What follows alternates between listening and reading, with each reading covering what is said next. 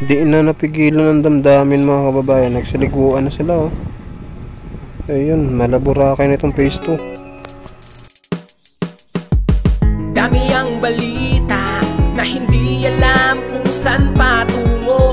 Daming di makita na proyekto na Pilipina tago. Ipapakita yan ni Vincent Abige.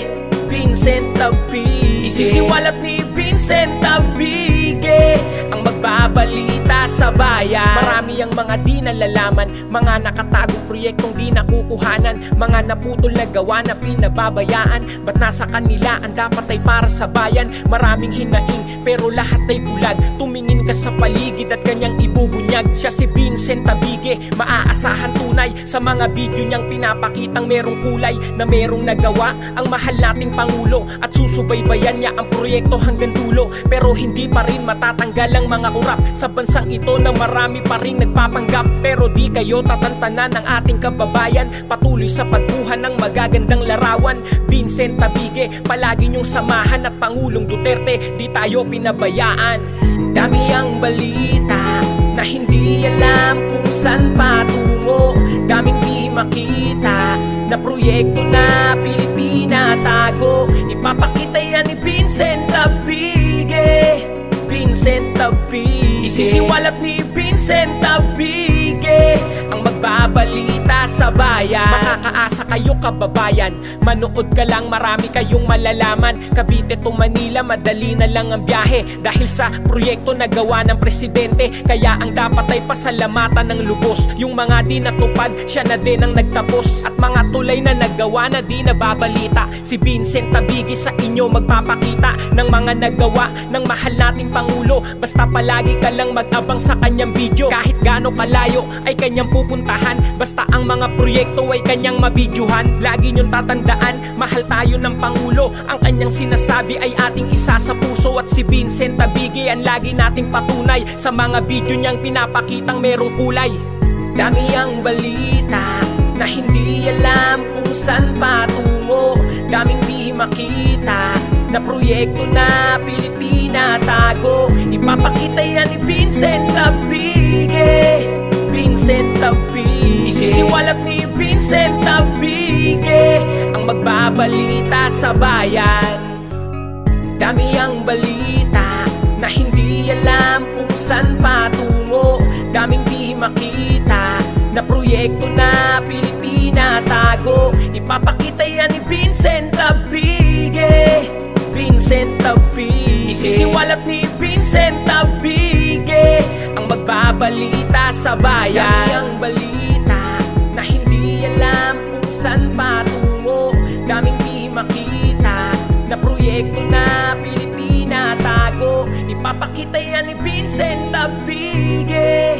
Vincent Abige. Isisiwalat ni Vincent Abige ang magbabalita sa bayan. Ang magbabalita sa bayan. Vincent Abige.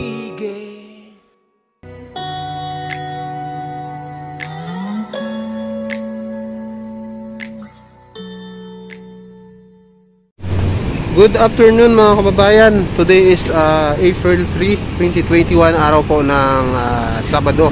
Nandito tayo ngayon sa Manila Bay para mag-update mga kababayan. So ito nga po ang phase 2, no, na tuloy-tuloy ang pag-dredging dito, no, pagkakalat ng mga gray sand dito sa phase 2. Ayan, nilalatag nila.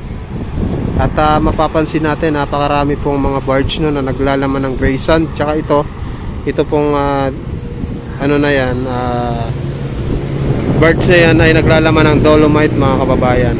So marami po dito mga barge na talaga namang tuloy-tuloy ang pagdagdag ng mga gray sand tsaka dolomite mga kababayan.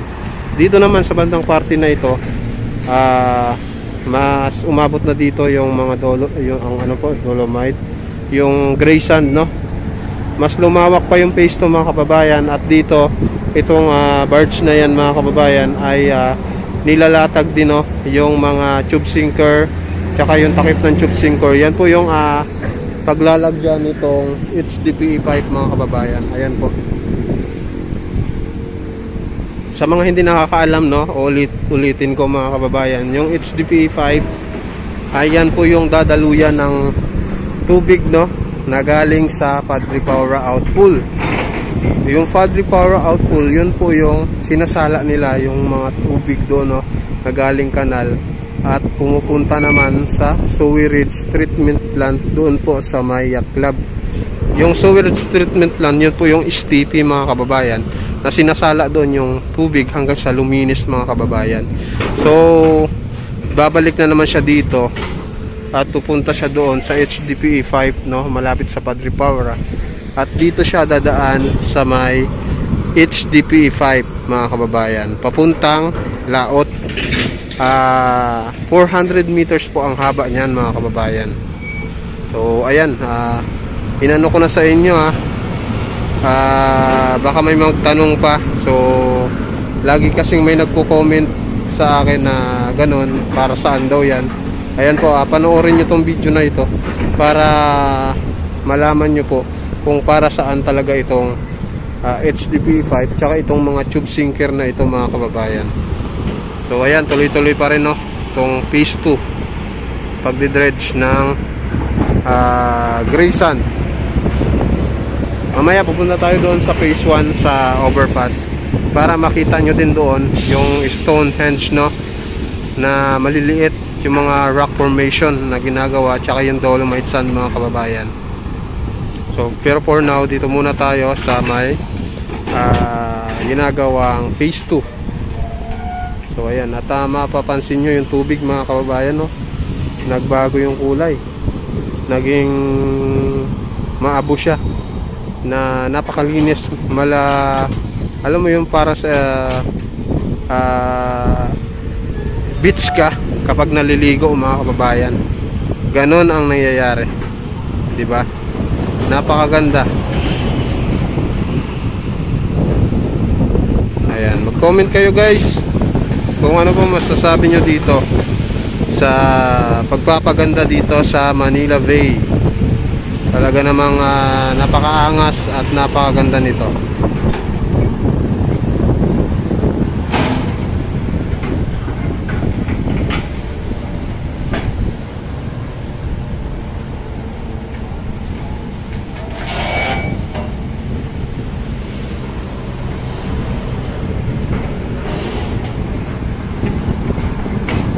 Grabe, oh, no?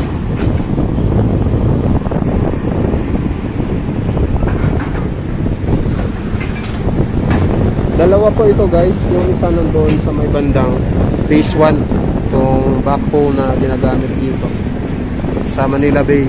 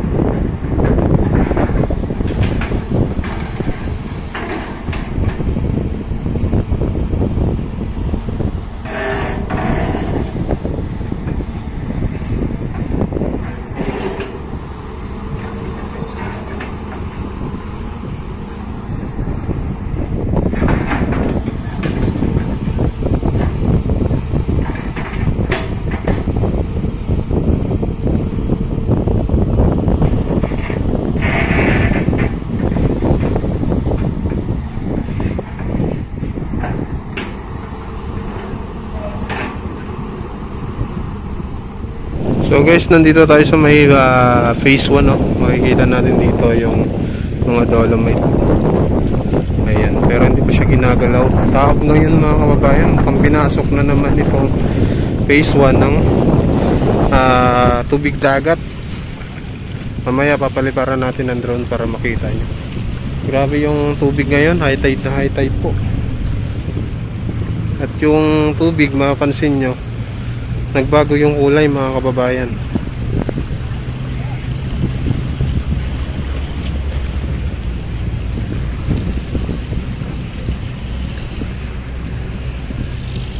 Ayan, at itong barge na ito, tuloy-tuloy pa rin yung paglalatag, no, nitong mga tube sinker. Ayan, ginagamitan nila ng crane para sa pagbagsak dito sa may karugtong ng HDP 5 dito sa may Padre Cora outpool. Ayan, no, zoom ko para makita nyo talaga. Ayan, mukhang hinahanda nila mga kababayan. Hindi pa pala nila binabagsak. Ayan, nilalagay nila dito sa puwitan ng barge. Ayan, dinudugtong-dugtong nila para isa na lang, isahang, para hindi na sila mahirapan.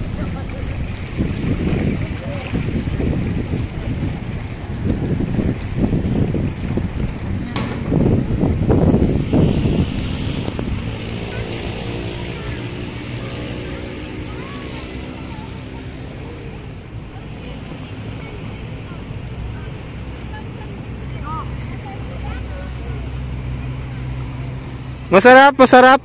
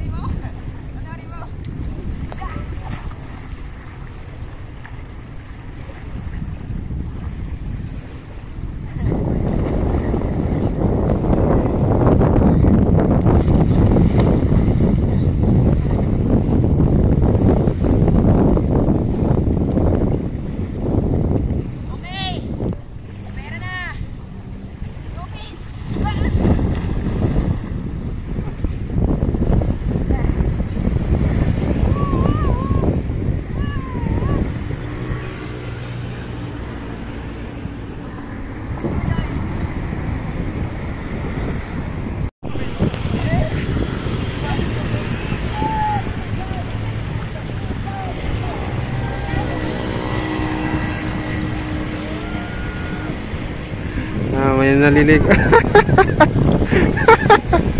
May naliligo dito sa Manila Bay.